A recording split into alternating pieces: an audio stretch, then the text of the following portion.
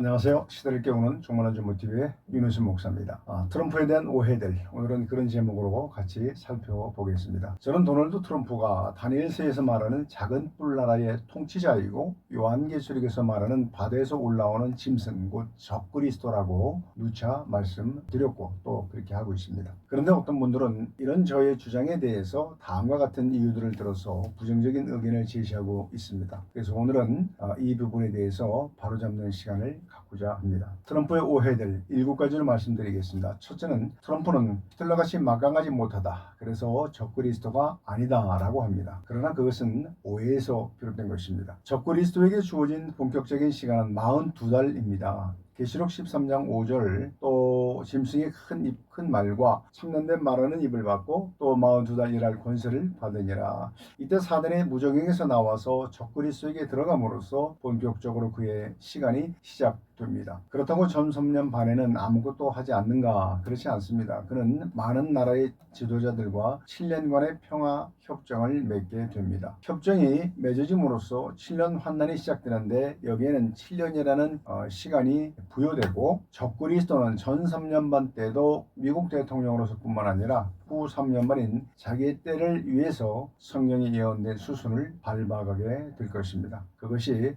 666표에 대한 것이 될 것입니다. 그런데 트럼프는 아직 환난이 시작되지도 않았는데 벌써부터 왕처럼 행동하고 있습니다. 세상의 많은 나라들뿐 아니라 자국민들까지도 이런저런 이유들로 인하여서 트럼프 앞에서 두려움에 떨게 만들고 있습니다. 자, 그러므로 본격적으로 그에게 주어진 42개월의 때가 되면은 히틀러도 트럼프의 모습을 보고 아마 울고 가게 될 것입니다. 그러므로 트럼프가 히틀러보다 막강하지 못하다라는 말은 하지 마시기 바랍니다. 두 번째, 트럼프는 적그리스도가 아니라 적그리스도를 예비하는 세례 요한과 같은 자이다 라고 말합니다. 그렇지 않습니다. 사람들이 왜 이런 말을 하는지 저는 알 것 같습니다. 그의 사위 쿠슈너를 염두에 두고 하는 말입니다. 그러나 앞에서 말씀드렸듯이 적그리스도는 기독교인이지만 쿠슈너는 유대인으로서 유대교를 믿고 있습니다. 그는 크리스천이 아닙니다. 그리고 트럼프는 그 성향상 누구 들러리나 서는 사람이 못 됩니다. 권력은 부모 자식 간에도 나눌 수가 없습니다. 왜냐하면 그것이 권력의 특성이기 때문에 그렇죠. 나누는 순간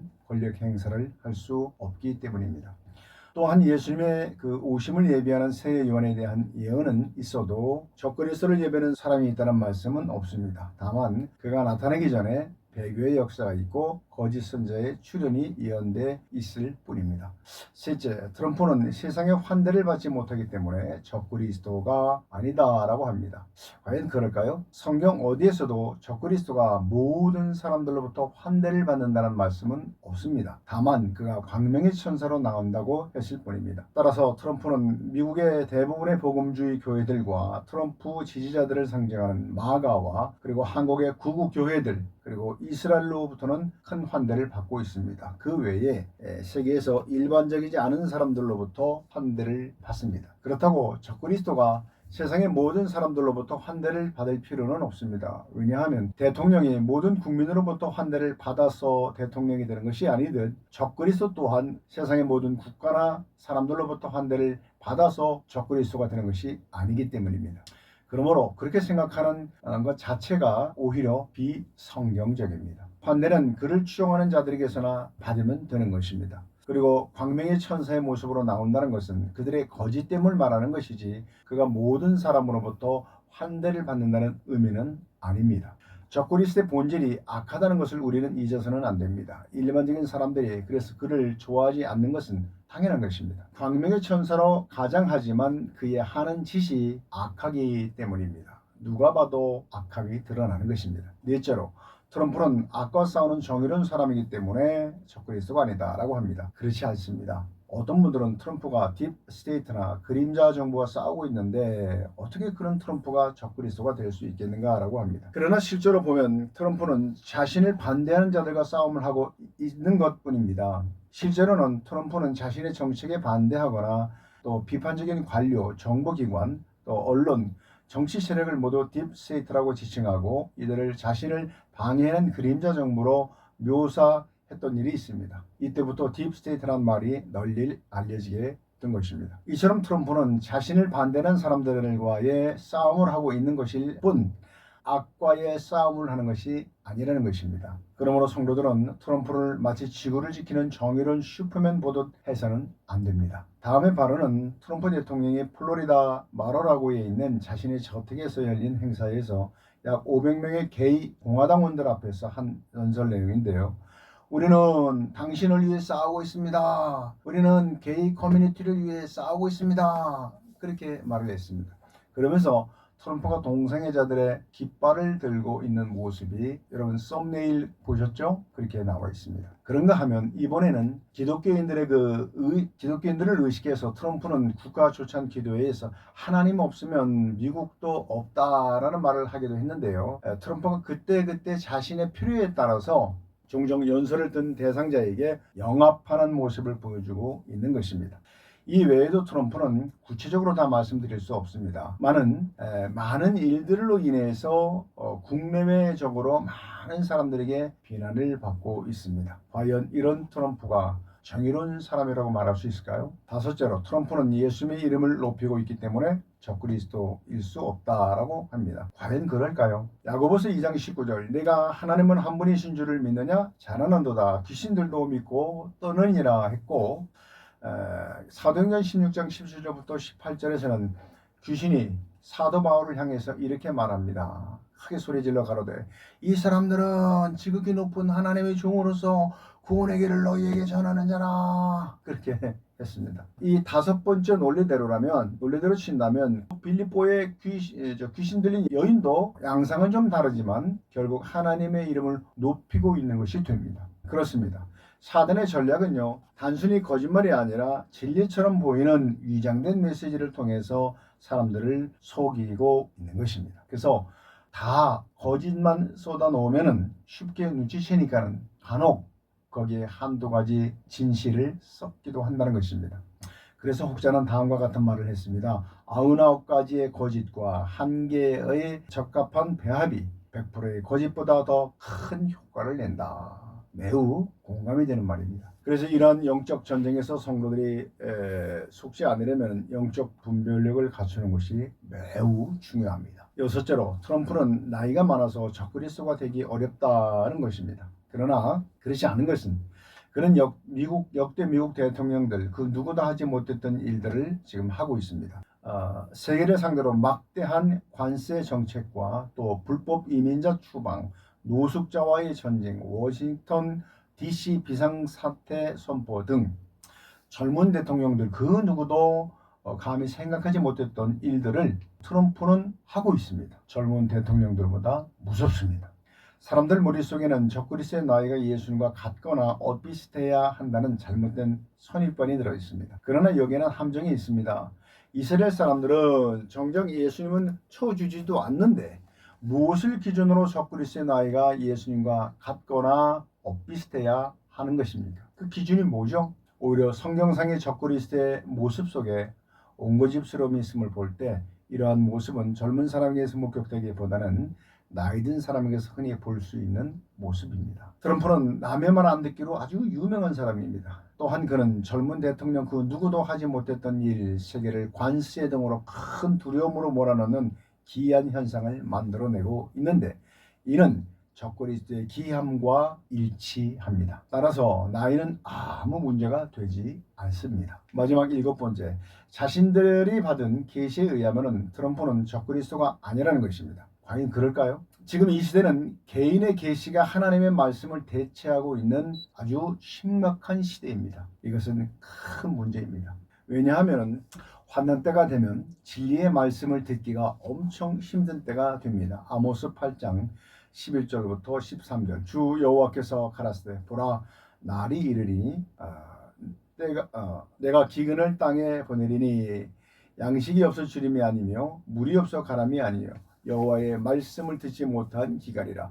사람이 이 바다에서 저 바다까지 북에서 동까지 비틀거리며 여호와의 말씀을 구하려고 달려 왕래하되 얻지 못하리니 그날에 아름다운 처녀와 젊은 남자가 다 갈아여 피곤하리라. 혈기왕성한 젊은 사람들도 말씀을 찾지 못하고 피곤한 상태까지 간다는 거예요. 성경을 가지고 있다고요, 여러분. 말씀이 있는 것이 아닙니다. 기도 많이 하고 성경 많이 읽는 것 물론 중요합니다. 그런데 제가 보니 더 중요한 것이 있습니다. 혼자서 그러는 것은 위험합니다. 엉뚱한 쪽으로 빠지는 경우를 많이 보았기 때문입니다. 제일 안전하고 좋은 방법이 있습니다. 그것은 하나님의 말씀을 바르고 정확하게 가르쳐주는 목사님의 지도를 받는 것입니다. 이것이 가장 좋습니다. 이 마지막 때 목회자 잘 만나는 것은 천만금보다도 귀합니다. 그 어떠한 것과도 바꾸지 말아야 됩니다. 구약 성경에서는 안티오쿠스 4세 에피파네스를 적그리스도의 예표로 보여주고 있는데요. 이자는 셀레우쿠스 왕조의 8번째 왕이었습니다. 그런데 재밌는 것은 8째 왕이 희한하게도 계시록에서도 나타난다는 거예요. 계시록 17장 11절에 전에 있었다가 시방 없어진 짐승은 8째 왕이니 7중에 속한 자라. 저가 멸망으로 들어가리라. 이 말씀은 명확합니다. 도널드 트럼프 대통령을 두고 하시는 하나님의 소위 빼박 말씀이에요. 빼도 박도 못하는 아주 정확한 하나님의 말씀이에요. 그러나 개인들이 받았다는 계시는 그렇지가 못합니다. 신명기 13장 1절부터 3절. 너희 중에 선지자가 꿈꾸는 자가 있거나 꿈꾸는 자가 일어나서 이정이나 기사를 내게 보이고 내게 말하기를 내가 본래 알지 못하던 다른 신을 우리가 쫓아 섬기자 하며 이적과 기사가 그 말대로 이룰지라도 넌 그 선지자나 꿈꾸는 자의 말을 청정하지 말라.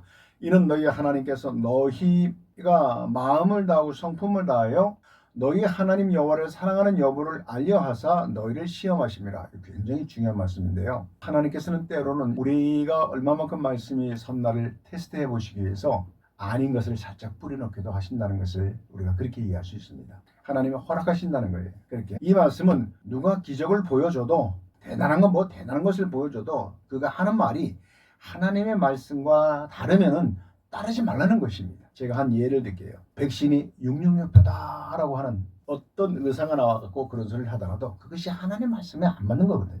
그럼 따르지 말라는 거예요. 왜 이런 일이 벌어졌습니까? 하나님이 여러분들의 믿음을 그동안 말씀을 배운다고 배웠는데 말씀 위에 섰나 굳게 섰나를 보시려고 하나님이 기회를 여시는 거예요. 시험하는 기회를 만들어 주시는 거예요. 많은 분들이 쓰러지지 않았습니까? 많은 분들이 넘어가지 않았어요? 어리석은 겁니다. 말씀은 순종이지 지식적으로 아는 게 말씀이 아니에요. 그 말씀을 삶으로서 순종해 보일 때 그것이 내 말씀이 되는 것이에요. 믿습니까? 그렇습니다. 시편 119편 105절 주의 말씀은 내 발의 등이요 내 길의 빛이니이다. 하나님의 말씀은 우리의 삶의 방향을 제시하는 유일한 기준이 됩니다.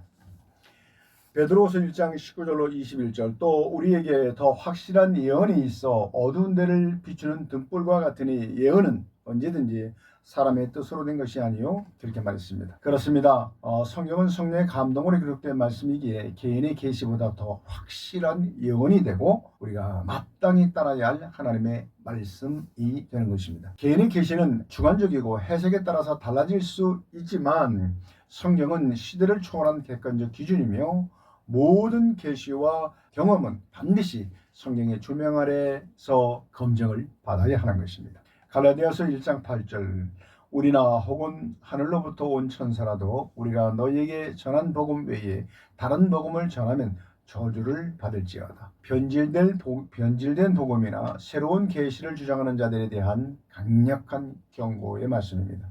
예레미야 23장 16절 말씀에 만군의 여호와께서 이와 같이 말씀하시되 너희에게 예언하는 선지자들의 말을 듣지 말라. 그들은 자기 마음의 말을 말하며 여호와의 입에서 나온 것이 아니니라. 자기 생각을 하나님 말씀처럼 전하는 자들에 대한 경고입니다. 말씀은 결코 인기가 없습니다. 대중이 계시와 감정을 쫓기 때문입니다. 그래서 말씀은 항상 순종하고자 하는 소수의 뛰어난 자들만의 것의 자산이 되고 있습니다. 결론적으로 말씀드립니다. 사단이 성도를 어떻게 속이는가를 생각해 볼 때 사단은 100% 진실만을 말할 만큼 선하지도 않고 100% 거짓말로 포장할 만큼 어리석지도 않습니다. 사단은 진실과 거짓을 교묘히 섞어서 성도를 미혹한다는 사실을 우리들은 잊지 말아야 합니다. 항상 그래서 경각심을 갖고 분석하고 분별하고 그렇게 하는 습관을 들이시기를 주님의 이름으로 축복합니다. 감사합니다. 광고 하나 드릴게요. 광고라니까 좀 이상하네요. 트럼프 안티크리스트 원서인데요. 사서 한번 보시면 많은 도움이 되실 겁니다. 자, 다음에 또 뵙도록 하겠습니다. 다음에는 거짓 선지자에 대해서 연구를 해서 올리려고 하는데요. 여러분 많은 기도 부탁드리겠습니다. 여러분들의 중보 기도가 필요합니다. 예, 감사합니다.